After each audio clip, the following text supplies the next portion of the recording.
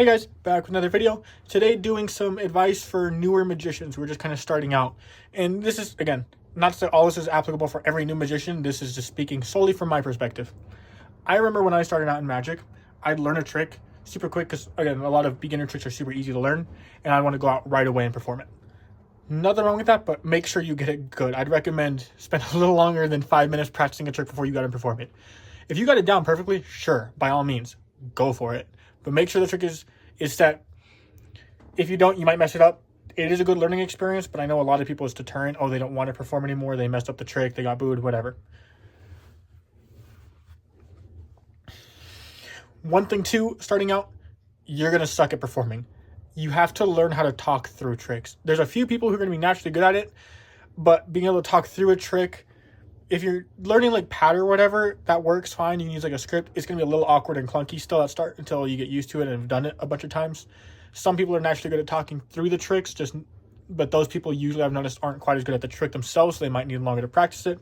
Me, I sucked at it. I've seen old videos of me and I just kind of cringe at how bad my patter was and how bad I can talk through. Even after I've been doing magic for a few years, it still sucks.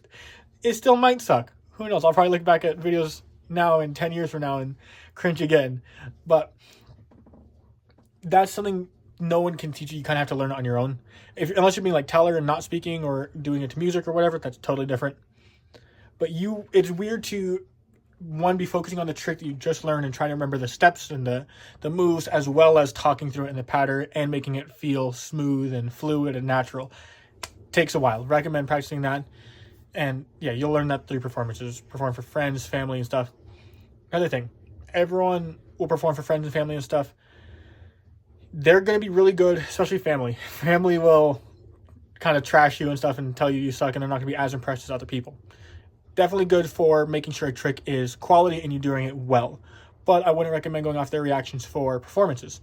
Go to spectators you don't necessarily know, maybe friends, that works too.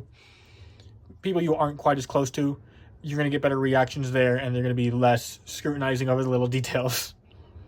Not to say 100% of the time, but generally speaking. And another piece of advice, this is going to kind of come with time, is you have to figure out what style of magic you like to perform and what tricks you want to do. I remember when I started out, let's say I need 10 tricks. It's hard to remember more after that. I mean, I can, but there's only a set number I perform now. Now I probably know hundreds of tricks, but maybe I only perform 5 or 6 or something like that. I can perform others. I got to think and remember them type of thing. It's just not in my usual repertoire that I do.